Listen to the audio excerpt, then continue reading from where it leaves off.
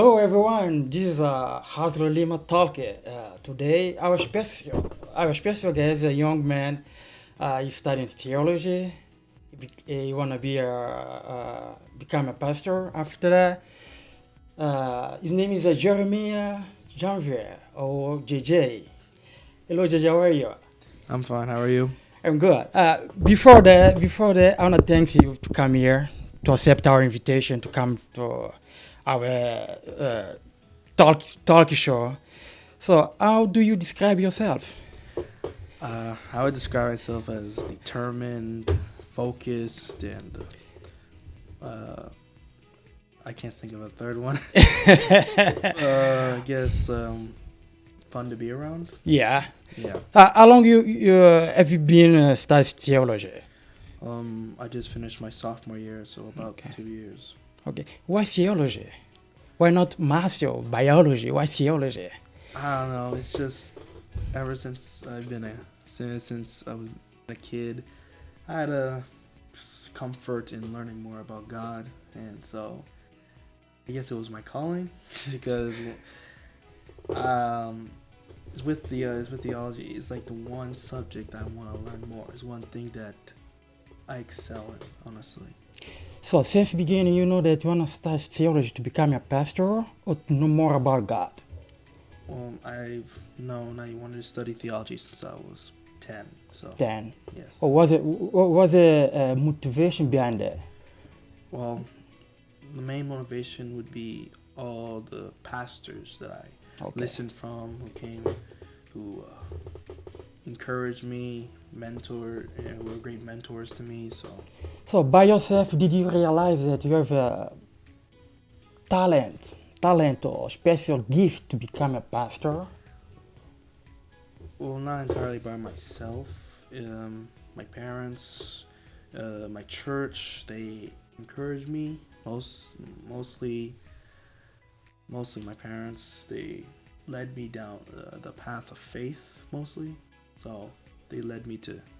They taught me about God, but it was my decision to follow Him and follow the plan He has for me. All your parents, they are a Christian, right? Yes, both So are Christians. you born and raised inside a Christian family. Yes. How that experience is? Well, the experience, it seems fine, but I thought when I was younger, I lived in a strict household. I lived in a household where there's certain things that we cannot do. I thought when I was younger that they were keeping me from doing anything fun, but I realize now that they were protecting me from all the bad things in the world. So. Okay. So let's go talk a little bit about theology. What does a theology study exactly? Theology is the study of God and nature. We basically learn more about God, learn more about the Bible, and we usually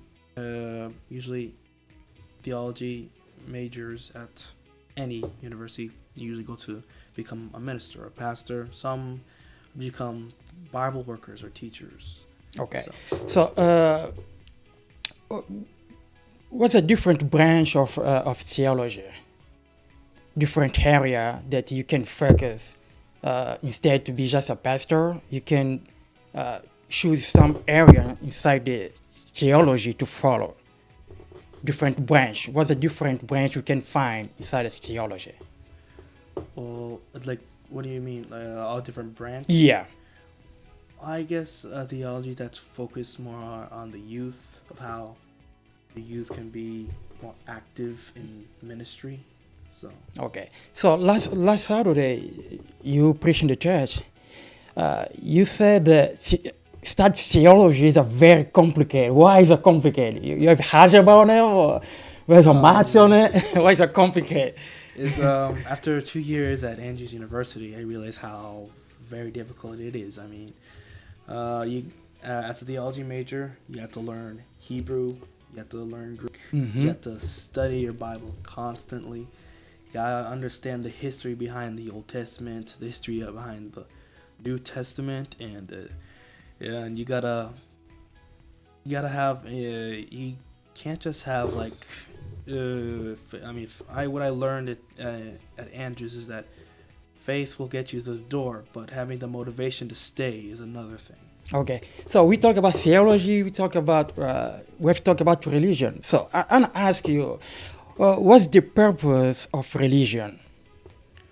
I guess General context. What's the purpose of religion? the purpose of religion is, I guess, would be getting tuned with your spiritual life, like get connected with God, can get connected with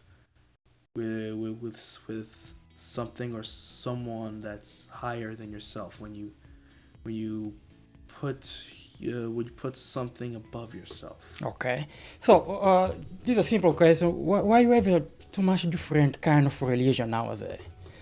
Well, What your explanation, point of view about it? well, I studied world religions this semester at Andrews.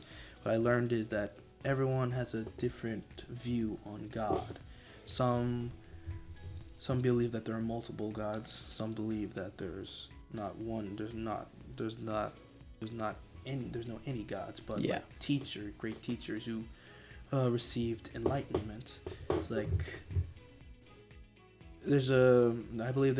people who believe there's a diversity of beliefs. Like you can choose. But we have just one Bible. How can we have a diversity of religion or beliefs if we have just one Bible? Everybody go the same Bible, take the same information. You got my point? Yeah. Yeah. Yeah, I understand.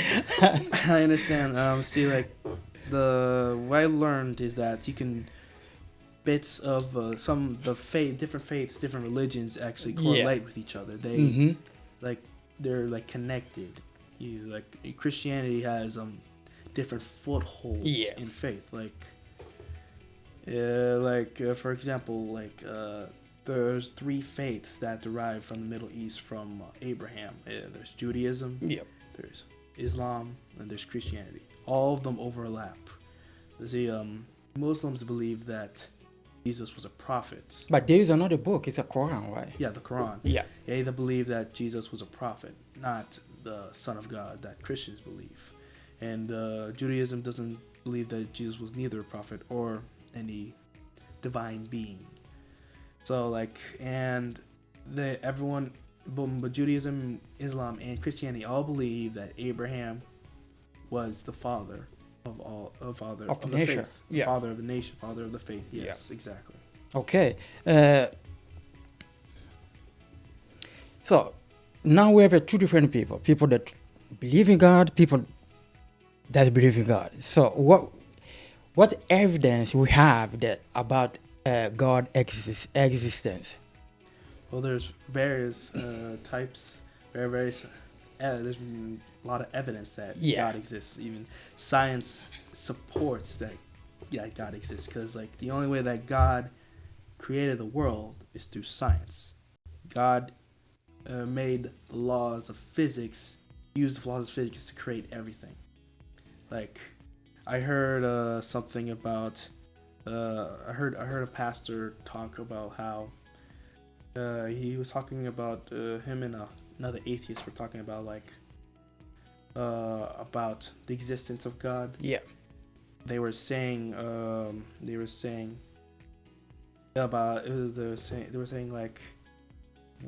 how do we know that there is a God if we don't see him? Exactly. And the pastor say, you know that molecules or atoms exist. How do you know that they exist if you don't see them? You understand? Yeah. And it's like electricity. You can see it. Exactly. But we can feel it. What we learn is just because we don't see it doesn't mean it doesn't exist. Exactly. Yeah. Okay. So now societies are very complicated.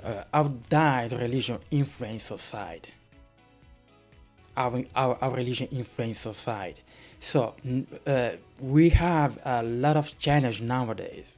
Everything's changed very, very fast. So how the religion can adapt this new society, this modern society? Well, honestly, I think religion should focus on a more relationship perspective, because religion is in itself is a practice. Like, religion is fine. It gets people close to God, but having a relationship with Him is another thing. Religion, you can learn about religion, but you can't learn about a relationship. You have to have that relationship. Like Jesus, He didn't come to the earth to create a new religion. He didn't. He came to restore a relationship. Okay. That's what I came to an understanding from the four Gospels through His life on earth. He came to reconnect people to God. Okay. To bring about a new perspective of who God is. Okay. So how religion would fit in society would, I believe, if we focus more on the relationship instead of the practice. You understand? We should, like, if you're a Christian, we should have aimed to be like Jesus, to act like Him, to love like Him. So you don't need to have a religion to have a good relationship with God. Yes, they both go hand in hand. And together, right? Exactly. Because if you just have the religion aspect of your life, it's all is if you only just practice it, if you don't work on it, if you don't work on the relationship with God, if you only pray to God because you have to, instead of wanting to, it will mean nothing. Yeah. When you have that relationship, you want to pray to Him, you want to know Him, you want to have a relationship with Him. So that's how it works. Okay. So why religion and science have a problem? Why they never are on the same page? Because some people think that religion and science go to different directions, but that's not the case, because religion and science both correlate with each other. Like, some of the greatest minds in history believed in God. Isaac Newton, for example, he believed in God. Many others. Other scientists, Other scientists believed in God. Okay. They believed that God was behind the science of everything. Like, there's some things in the Bible that the Bible discovered things before our scientists discovered it. Like what? You have an example? Like space. Like, the Bible refers to, I believe, in the book of Job, when Job was going through his trials, when he lost everything, and he demanded God to come to him. Job demanded, he wanted to see God face to face, and when God showed up, He showed Job everything. He showed him creation. He showed him the heavens. He showed him that space exists. Yeah. That was long time before we learned about astronomy. Astronomy. Yeah. All right. So let's talk a little bit about you. What's your favorite food? It's a complicated answer, right? I guess my favorite food would be pizza. Pizza? Yeah. Why pizza? I don't know. By the way, do you know how to cook something? I know cook guy. I know how to cook some things, but not a lot. Do you like what kind of book you like? What kind of book? Yeah. I like basically I like autobiographies, like biography. Yes. What's the last book that you read? Last biography? The Trevor Noah. Trevor Noah. Yeah. Is a talk about Trevor Noah's life, right? It's a biography. His life through his life and I think he was in South Africa, around in Africa. So what you learned for that book? I learned that the title of the book was called "Born a Crime" because back then, Trevor Noah his mother was African and his father was like Swiss German. Mm-hmm. Back then, during apartheid, they weren't, that kind of marriage wasn't allowed. It was, Is a marriage between black and white or something like that? yeah, Or- something like that. He was literally born a crime. His parents' union was illegal. So Okay. So what make you happy? What to make you mad? like a what makes me mad? Yeah. Everybody get mad for something. What made you mad? What what makes you me mad? Yeah. I don't know. It depends, honestly. Depends on the situation. It depends on the situation. Okay. What about happiness? Makes you happy? Mm-hmm. I don't know. Yes, I think I know. Having a good family. Yeah. Having good friends. Like What's a good friend for you? a good friends who doesn't. A good friend to me would be someone who gives criticism. Someone who tells you the ugly truth for your benefit. But That's I know everybody it's complicated, you know. It's complicated, but I rather like a good friend who a good friend who encourages me and tells me the truth no matter how I feel. That's what I think a good friend is, because like being kind is better than being nice. Yeah. Because kindness is an others-centered behavior. That's what I learned. Kindness is other-centered behavior. You have to tell. Sometimes a friend's gotta give you has to give you criticism. Sometimes it's for your benefit, but you can learn from that. Okay. And a good friend is someone who has your back, who doesn't Short spot to your back. Yeah. So that's what I think. What's the best advice you get for somebody?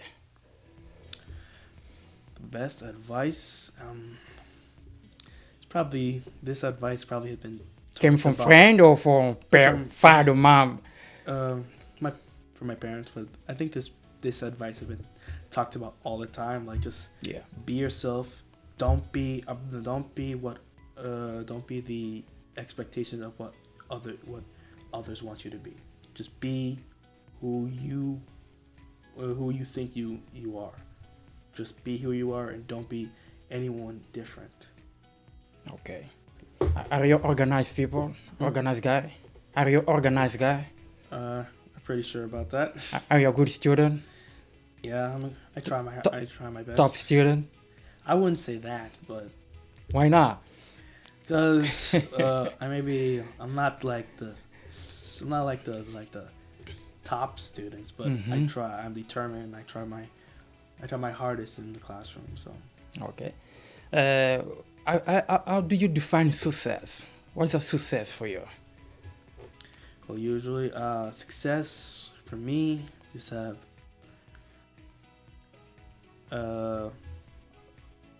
be like good friends. Yeah.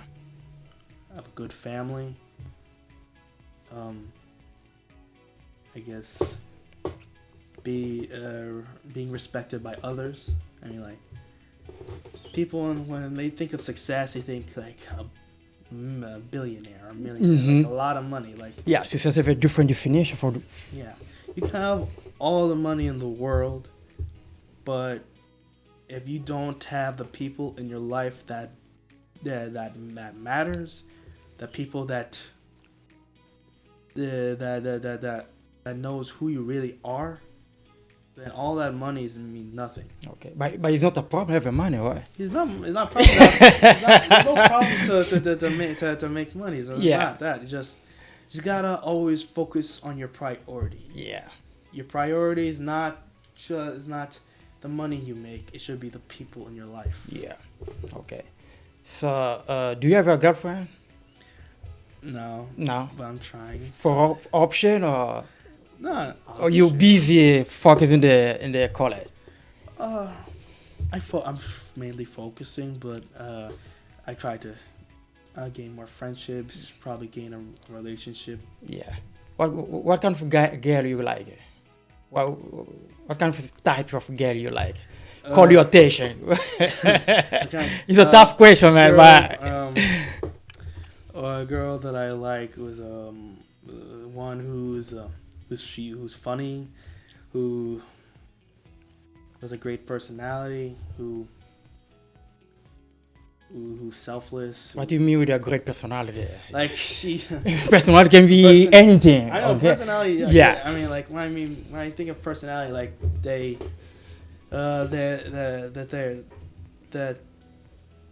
open. You know, they're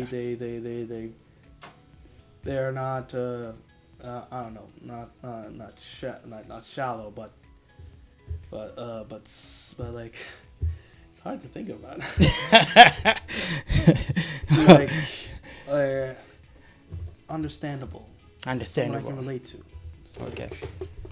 Someone I can build a connection with. Okay. Now families is in trouble. We have a lot of problem. Our modern society, we have a lot of problem with the family. The number of single mom increase every single day. So, in your opinion, like somebody wanna be a pastor one day, what's the reason behind that? What's the reason behind all this struggle in the middle of the family? The struggle, usually because like when a family with a fatherless, or a family who's fatherless, main reason because sometimes the man can't grasp with his responsibilities, and he's like crippled by his mistakes. Like honestly, when it comes to a family, communication is key. Building a foundation is key, especially during these times where like constantly especially around the couple. Around the couples these days are starting divorce. The rate of divorce is getting higher and higher. Exactly. Because some people think that love is the only thing that are needed in a marriage or needed in a family. That's not true. Love will get you through the door, but you need to have trust. Yeah. You have communication. You need to build a foundation. You gotta talk to each other. You need to build a stronger relationship with each other. You talk to your father about it? No, or your mom about it? I mean, yeah, they taught me about it, but I learned some of it on my own. What I learned. Yeah. Like, without communication, without trust, that relationship is gonna fall apart. It's gonna lose. It's gonna run its course. That's what I've seen. That's what I've learned. It's how be a strong family. You need to have a strong foundation. You need to have a strong connection.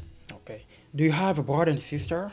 Yes, I have a brother and sister. They're older than you or younger than you? I have they're younger than me. So you are first child. I'm a first kid. Yes. Okay. So how's the responsibility to be a first one? For a long time, I didn't take that responsibility of being an older brother seriously. Yeah. Until my parents kept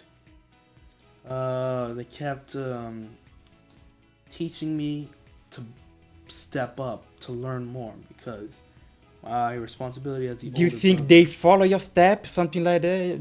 Do you are inspiration for them? Yeah, I mean, yeah. Well, I learned like both my parents, they're both from Haiti, so Yeah. they struggled and did a lot for their families. Yeah. Especially my dad. My dad, he did a lot for his family. He walked all through the work. He did all the chores. He helped around. He helped his mom and dad, everyone in the house. He was the oldest in his family too, so he Take care. Another one. Yeah, he took up the Uses like that. He took up the responsibility and did and did the job. He looked after his brothers and sisters. He did everything that a responsible man should do. And my mom too. She did. Is your dad your inspiration? Yeah, both my parents. Yeah, mostly my dad, because he taught me to be responsible, like to be a man. Like men, he taught me how men need to take responsibility Exactly. for their actions. Exactly. So let's go back to religion again. After that, you go back to your life again. So, do you believe life after death? Yes, in a way, I believe that I don't believe that there's an afterlife or that if people go to heaven or hell when they die. I don't believe that. What did you believe exactly when you talk about death after? I believe that one day Jesus Christ will come and resurrect and bring everyone back to life, and will, This is your belief is according to Bible. it's what I believe, and it's what I learned. I believe according to what the Bible said, especially in Revelation. Okay. Now everybody talk about AI, artificial intelligence. Or what's the AI? Is the man scientists want to build a super machine to replace man in certain areas, certain tasks. So we have a two point of the view about AI. Some people like it, and other people care about it. So, which side you are? I see AI as useful. I see it like as a useful tool, but I don't see it as something that could replace humanity or something like that. Nothing will replace man. Yeah, no. I mean, you can't replace mankind. I mean, God made sure of it. Yeah.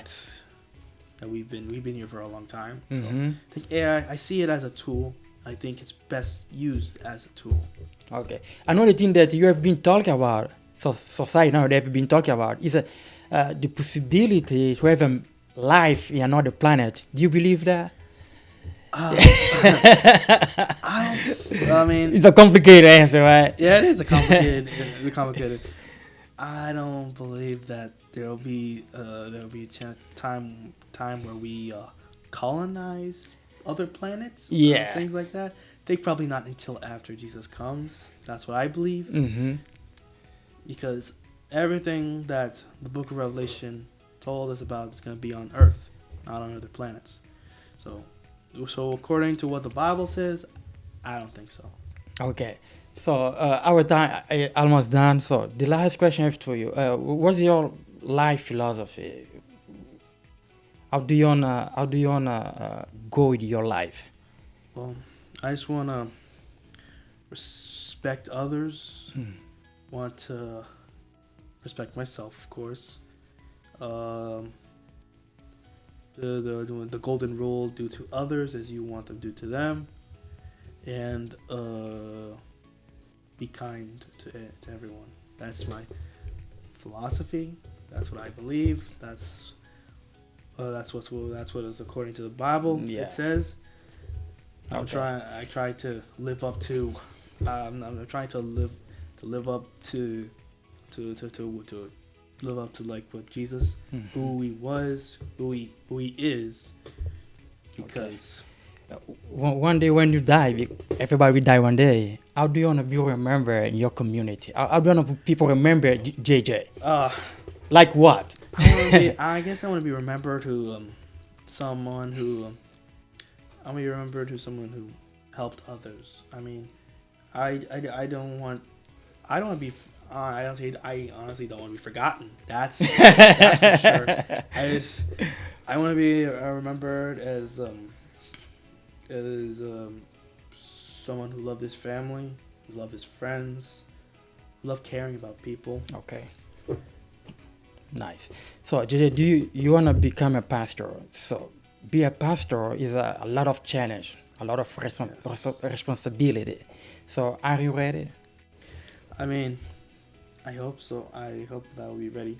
Yeah, I mean, even pastors and people who are not pastors, we all go through challenges.